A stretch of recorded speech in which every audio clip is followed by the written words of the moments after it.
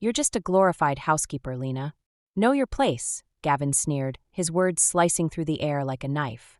I stood there, stunned, my hands gripping the edge of the kitchen counter. The man I'd married 5 years ago, the one who'd swept me off my feet with his charm and grand promises, now looked at me with contempt. My name is Lena, and this is the moment I realized my marriage was a sham. Excuse me? I managed to choke out, my voice barely above a whisper. Gavin rolled his eyes, leaning against the doorframe with an air of superiority. Oh, come on. You quit your fancy engineering job to what? Work from home. Please. You're just playing house while I bring in the real money. I felt my cheeks burn with anger and humiliation. I'm a freelance engineer, Gavin. I contribute just as much dash. To what? He interrupted, laughing coldly. Your little projects? Face it, Lena. Without me, you'd be nothing. The words hit me like a physical blow. I turned away, busying myself with the dishes in the sink, trying to hide the tears threatening to spill. Oh, don't be so dramatic, Gavin sighed. Look, I've got great news. I've put an offer on that house we saw last week. I spun around, eyes wide. What? We agreed it was way out of our budget. Gavin waved his hand dismissively. Budget schmudget. We deserve the best, don't we? Besides, Mother agrees it's perfect for us. Of course. Rhea. His mother's opinion always seemed to outweigh mine these days. Gavin, we can't afford dash. We can and we will. He cut me off, his tone brooking no argument. I'm the one making the real decisions here, Lena. It's time you accepted that. As he strode out of the kitchen, leaving me alone with my thoughts, I couldn't shake the feeling that I was losing myself in this marriage. The dreams we'd once shared of building a life together as equals seemed to be crumbling before my eyes. I glanced at my reflection in the window, barely recognizing the woman staring back at me. How had I let things get this far? And more importantly, what was I going to do about it? Little did I know, this was just the beginning of a journey that would test my resilience, challenge everything I thought I knew about love, and ultimately lead me to reclaim my life on my own terms. I stared at the bank statement, my heart sinking. The down payment for the house had wiped out our savings. Gavin's extravagant purchase loomed over us like a storm cloud. Gavin, we need to talk about this, I said, my voice steady despite the tremor in my hands. He glanced up from his phone, annoyance flashing across his face. What now, Lena? I took a deep breath. This house. It's too much. We can't afford it. Gavin scoffed. Of course we can. I make plenty. But what about our other expenses? Our retirement savings? He rolled his eyes. You worry too much. Besides, Mother thinks it's a great investment. There it was again. Rhea's opinion trumping mine. Gavin, I'm your wife. My concerns matter too. He stood up, towering over me. Look, Lena, you should be grateful. How many women get to live in a house like this without lifting a finger? The words stung. I work, Gavin.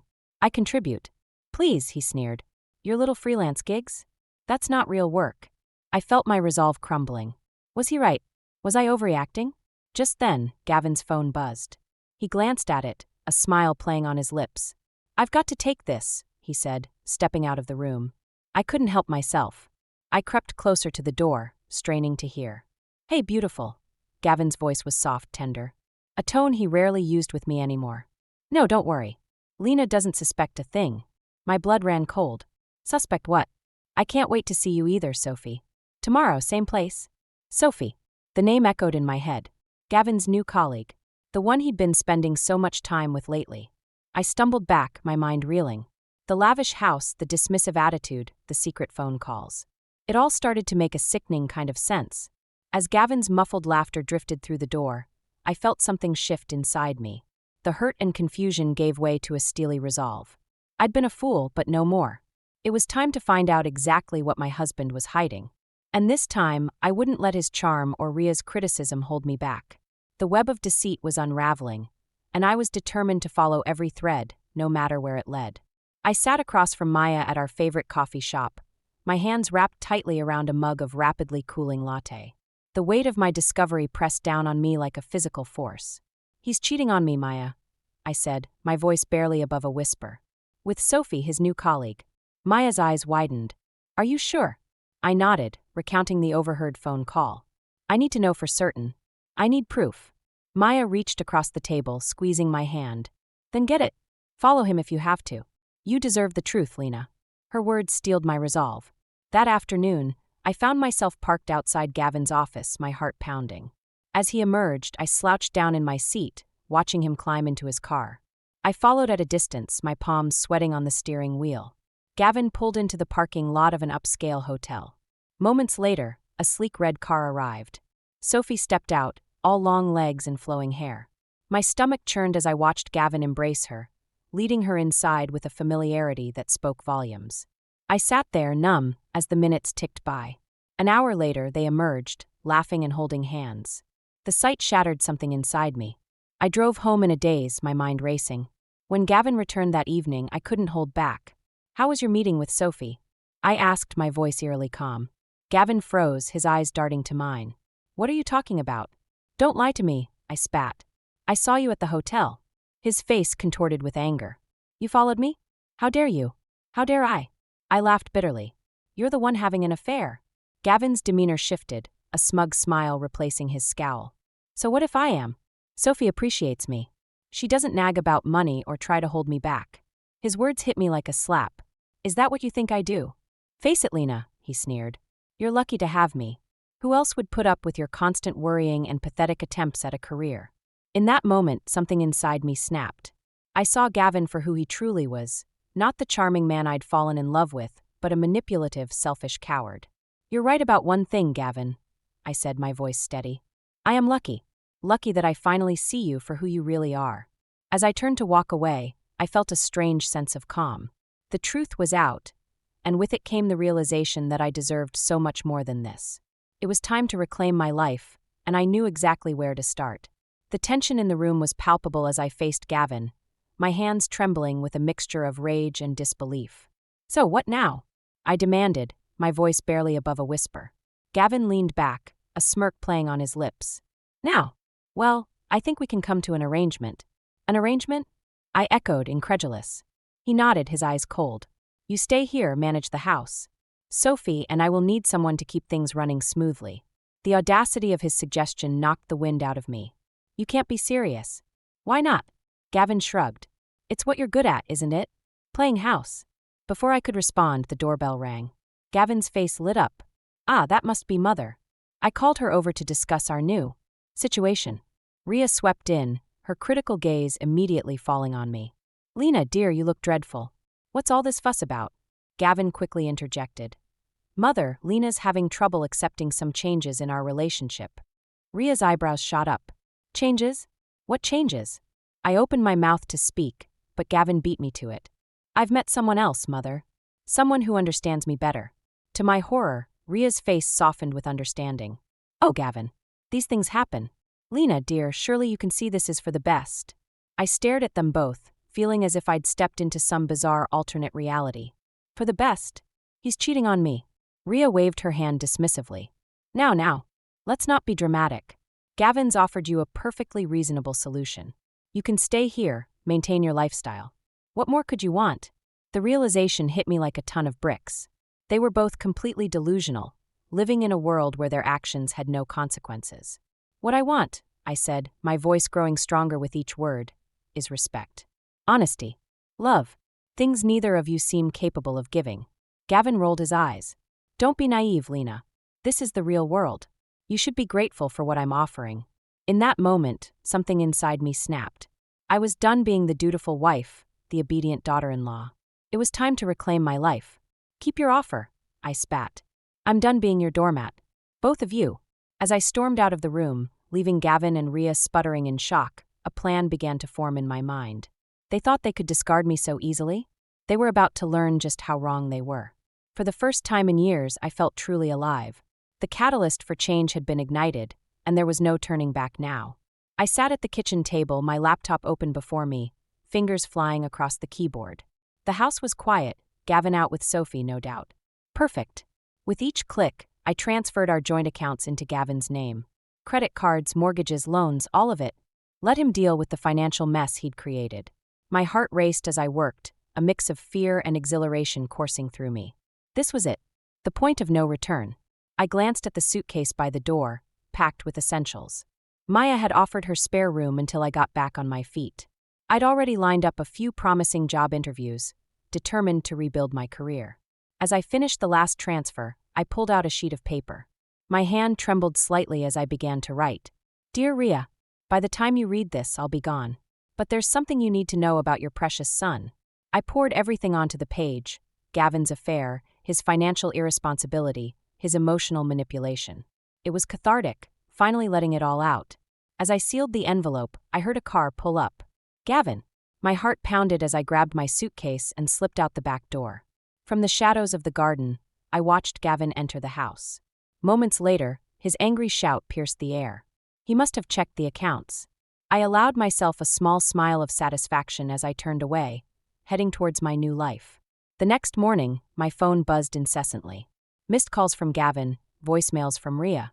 I ignored them all, focusing instead on preparing for my first interview. It wasn't until later that evening that I finally listened to one of Rhea's messages. Lena. Her voice was uncharacteristically subdued. I had no idea. Gavin, how could he do this? To us? I'm so sorry. I closed my eyes, a wave of emotions washing over me. Part of me felt vindicated, hearing the shock and disappointment in Rhea's voice. But another part ached for the family I'd lost, the dreams that had crumbled. As I deleted the message, I caught sight of my reflection in the mirror. The woman staring back at me looked different, stronger, more determined. This was just the beginning. Gavin and Rhea were facing the consequences of their actions, and I was free. Free to rebuild, to rediscover myself, to live life on my own terms. For the first time in years, I felt truly hopeful about the future. Whatever challenges lay ahead, I was ready to face them head-on. Gavin paced the living room, his once pristine suit now wrinkled and stained. The lavish house he'd been so proud of felt like a prison, its walls closing in with each passing day. "What do you mean you can't extend the credit line?" he barked into his phone. "Do you know who I am?" The bank representative's voice remained calm but firm. "I'm sorry, Mr. Harper, but given your current financial situation, Gavin hung up, hurling the phone across the room. It shattered against the wall, much like his carefully constructed facade. Sophie emerged from the bedroom, her face a mask of concern and irritation. "Gavin, what's going on? Why are there all these bills piling up?" He turned to her, forcing a smile. "It's nothing, darling. Just a temporary setback." But Sophie wasn't buying it. "Temporary? Gavin, we haven't been able to go out in weeks. The credit cards are maxed out. This house." She gestured around them. "We can't afford this." "Of course we can," Gavin snapped. "I told you I'll handle it." A knock at the door interrupted their argument. Gavin opened it to find Rhea standing there, her usual haughty expression replaced by one of disappointment and anger. "Mother," Gavin said, surprised. "What are you doing here?" Rhea pushed past him into the house. "I think it's time we had a talk, Gavin. About everything." Sophie's eyes darted between them. "Who's this?" "I'm his mother," Rhea replied coldly. "And you must be the mistress." Sophie's face flushed. "Mistress? Gavin, what is she talking about?" Gavin felt the walls of his carefully constructed life crumbling around him. "Mother, please dash." "No," Rhea cut him off. "I've been silent for too long. It's time you faced the consequences of your actions." As Rhea began to recount the contents of Lena's letter, Sophie's expression morphed from confusion to horror. Gavin watched helplessly as his new relationship disintegrated before his eyes. "You lied to me," Sophie whispered. "About everything."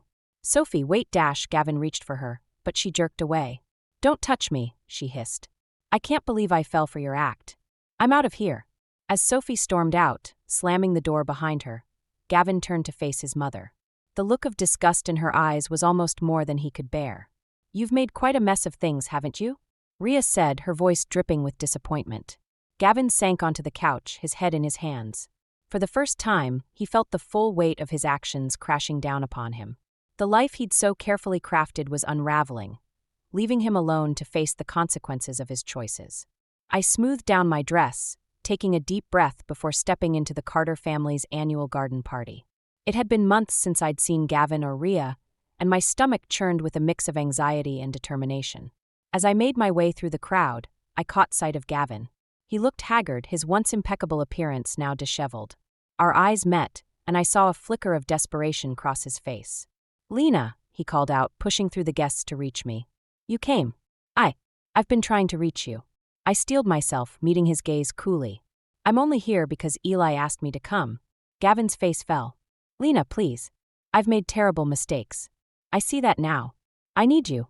Before I could respond, Rhea appeared at Gavin's side, her eyes widening at the sight of me. "Lena," she said, her voice lacking its usual sharp edge. I owe you an apology. I raised an eyebrow, surprised by her words. Do you? Rhea nodded, looking uncomfortable. I was wrong about you. About everything. Gavin told me what you did, transferring all the accounts. It was clever. It wasn't about being clever, I replied. It was about justice. Gavin reached for my hand, but I pulled away. Lena, please. Give me another chance. I'll do anything. I looked at him, really looked at him, and felt nothing. The man I'd once loved was gone, replaced by this desperate shell. I'm sorry, Gavin, I said, my voice firm. But I've moved on. I have a new job, a new life. I'm happy. Rhea's eyes narrowed. A new job? Where? I allowed myself a small smile. I've been hired as the lead engineer for a renewable energy project. It's everything I've ever wanted professionally. Gavin's face crumpled. But what about us? Our life together. That life is over, I said, my voice steady. You made your choices, Gavin. Now you have to live with them. As if on cue, Eli appeared, placing a supportive hand on my shoulder. Everything all right here? I nodded, grateful for his presence. Yes, thank you, Eli. Gavin looked between us, realization dawning. Dad, you knew she was coming. Eli's gaze was stern. Son, it's time you faced the consequences of your actions. All of them. As Gavin's face reddened with humiliation, I felt a weight lift from my shoulders. This was closure. The final page of a chapter 1 was ready to close. I turned to leave, but Rhea's voice stopped me. Lena, I truly am sorry. For everything. I looked back at her, seeing genuine remorse in her eyes. With a nod of acknowledgement, I walked away, head held high, ready to embrace my new future. I stood at the podium, surveying the sea of faces before me. It had been a year since that fateful garden party, a year of growth, challenges, and triumphs. Thank you all for coming, I began, my voice steady and confident. Today marks not just the launch of our renewable energy project, but a new chapter in sustainable living for our community. As I spoke about the project's potential impact, I caught sight of a familiar face in the crowd. Eli Carter sat in the front row, beaming with pride. Next to him, surprisingly, was Rhea, her expression a mix of admiration and regret. After the presentation, as people mingled and congratulated me, Eli approached with Rhea in tow. Lena, that was incredible, Eli said, embracing me warmly. I always knew you had it in you. Rhea stepped forward hesitantly. Lena, I don't know what to say. You've accomplished so much. I was wrong about you, about everything. I met her gaze, feeling a sense of closure wash over me. Thank you, Rhea. That means a lot. As they moved away, Maya appeared at my side, grinning. Look at you, MS. Big shot engineer. Who would have thought a year ago that we'd be here? I laughed, linking arms with her. Certainly not me. But I'm glad we are. Later that evening, as I stood on the balcony of my new apartment, I reflected on the journey that had brought me here. The pain, the betrayal, the fear, it had all led to this moment of triumph. My phone buzzed with a text from Gavin. Congratulations on the project. I'm sorry for everything. I hope you can forgive me someday. I stared at the message, feeling a complex mix of emotions. But as I looked out at the city lights, I realized that forgiveness wasn't about absolving Gavin of his actions. It was about freeing myself from the weight of resentment. I typed a simple reply. Thank you. I wish you well. As I hit send, I felt the last vestiges of my old life fall away. The woman I was now, strong, independent, successful, she was the person I'd always been meant to be. I thought about the challenges that lay ahead, the projects to tackle, the life I was building for myself. For the first time in years, I felt truly excited about the future. As the sun set on another day, I raised a glass to myself, to new beginnings, and to the power of resilience. The journey hadn't been easy, but it had been worth every step. This wasn't just a new chapter. It was a whole new story, and I couldn't wait to see how it unfolded.